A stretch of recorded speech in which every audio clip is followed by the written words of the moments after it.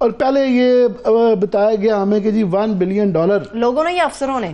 میں اس میں اب سارے ہی ہیں. یہی تو آج کی سٹوری جو آج کو میں نئی جو روز اس کے اندر ایک نئے انکشافات نکلتے ہیں. آج بہت ہی خوفناک انکشافات نکلے ہیں کہ یہ جو موجودہ گورنمنٹ ہے جو انکوائریاں بنوا رہی ہے وہ بھی اس کے اندر شامل ہے.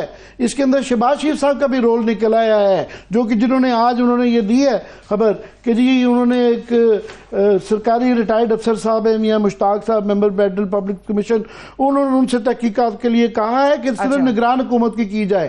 اور نگران نہیں بھائی, ان کا اپنا قصور نکلا ہے تو پرائم منسٹر اپنی انکوائری خود کیسے کریں گے؟ اور ایک جرت ہے ایک ریٹائرڈ سرکاری افسر کی کہ وہ نگران کے اس زمانے کے وزیر اعظم, اس زمانے کے چیف منسٹر, ابھی بھی جو پوسٹوں پہ بیٹھے ہوئے ہیں اور موجودہ پرائم منسٹر کی انکوائری کر سکے.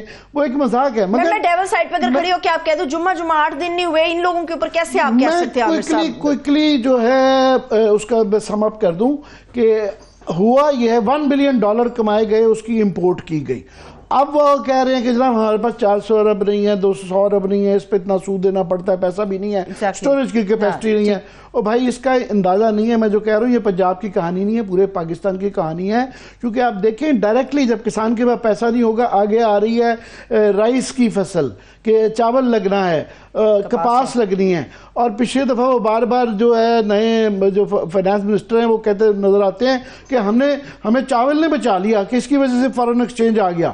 اور اگر چاول کا فارن ایکسچینج نہیں آئے گا اور اگر کپاس نہیں بیجی جائے گی تو میں کچھ بات کر رہا تھا ایکسپرٹ سے, وہ کہہ رہے ہیں کہ اوورآل انڈسٹری کے اوپر, ٹیکسٹائل کے اوپر اور رائس کے جو پیسے ہم نے کمانے ہیں یا پیسے جو باہر اس کے ذریعے امپورٹ کر کے خرچہ کرنا پڑے گا, $6 سے $7 بلین کا امپیکٹ ہے اس کا. ہم یہ بہت بڑا کل سے شادیانے بج رہے ہیں کہ جی ہم نے $1 بلین IMF سے لے لیا, یہ $5-6 بلین کا ہے. یہ کسان کے پاس مزدور کے پاس چلا جاتا تو کیا ہے. لیٹسٹ اس میں کوئکلی کر دوں, ہمیں جوائن کیا ہے شیخ وقاص اکرم صاحب نے. یہ کیونکہ بہت زیادہ ان چند لوگوں میں سے تھے جو پارلیمنٹ کے اندر جنہوں نے بہت اس پہ شور مچایا, مگر ان کی بھی نہیں سنی گئی. شیخ صاحب آپ کی اجازت سے صرف 2 منٹ لے لوں کہ لیٹسٹ جو ٹویسٹ نظر آیا کہ پہلے یہ بتایا گیا تھا کہ جناب یہ بالکل یہ نگران حکومت پہ 2-3 بیانات آئے کہ جی یہ نگران گورنمنٹ نے شروع کیا, تو بالکل اس کے اندر پتہ یہ چلا ہے کہ جناب یہ 31 مارچ تک کی ایکسٹینشنز دی گئیں. 31 مارچ یہ ابھی تک کی, جبکہ شہباز شریف صاحب وزیر اعظم تھے اور 19 فروری کو ضرور دی گئی, 24 کو وہ بنے تھے. بیوروکریٹس نے فائدہ اٹھایا کہ اس وقت گیپ ہے, مگر یہ سلسلہ جو شروع ہوا تھا پچھلے سال PDM کی گورنمنٹ جولائی میں یہ پروسیس انیشیٹ ہوا, اور اس کے بعد 4 ستمبر کو جو ہے یہ وزیر اعظم کاکڑ صاحب نے ECC کو ود انسٹرکشنز کہ اس کو آپ پاس کریں, یہ بڑا ضروری ہے. unavoidable circumstances بتائے گئے. اور اس کے بعد پھر دسمبر میں ایک بھلے آدمی تھے یہاں پہ فوڈ منسٹر لگائے گئے تھے نگران گورنمنٹ کے اندر, انہوں نے یہ دسمبر میں یہ کہا, ڈاکٹر کوثر عبداللہ ملک صاحب, عبداللہ ملک کے صاحبزادے ہیں, بڑے لائق آدمی ہیں, فار اے چینج کوئی ایک شریف آدمی تھا, انہوں نے 28 دسمبر کو یہ کہا کہ یہ جناب یہ خدا کا خوف کریں, یہ نہ کریں. ہماری جو ہم نے سچویشن کا جو اندازہ لگایا ہے ہمارے پاس بہت ذخیرہ ہے, اور یونائٹڈ نیشنز کے ادارے بھی کہہ رہے ہیں کہ اس دفعہ پاکستان میں بمپر کراپ ہوگی, تو یہ آپ بالکل امپورٹ کر کے ظلم نہ کریں. مگر ان کی بالکل نہیں سنی گئی. یہ آج اخبار میں یہ منور حسن صاحب کی نیوز میں ان سے بات کر کے انہوں نے کیا ہے, کہ جی میں کسی فورم پہ بھی کسی سے بھی بلا لیں کہ میں نے بہت لڑائی کی اور منع کیا کہ خدا کے لیے یہ کام نہ کیا گیا, مگر اس کے باوجود بھی تواتر کے ساتھ یہ میٹنگز ہوتی رہی, نگران گورنمنٹ میں بھی ہوتی رہی, اور بعد میں PDM کی گورنمنٹ میں ایز لیٹ ایز 31 مارچ, 1 مہینہ پہلے تک جو ہے اس کی ایکسٹینشنز ہوتی رہی کہ یہ آنے دو. اور پنجاب گورنمنٹ اس لیے ہے کہ وہ جو منگوائی گئی پھر مزید لاسٹی میں ابتاد الظلم یہ کیا کہ انہوں نے جو امپورٹڈ منگوائی تھی وہ 3200 پہ منگائی تھی. انہوں نے کبھی نہیں ہوا کہ انہوں نے جو سرکاری گندم تھی اس کا ریٹ 4700 کر دیا. کیوں کیا؟ کہ انہوں نے وہ جو 3200 پہ منگوائی بھی تھی اس پہ جو منافع کمانا تھا, جو منافع خور تھے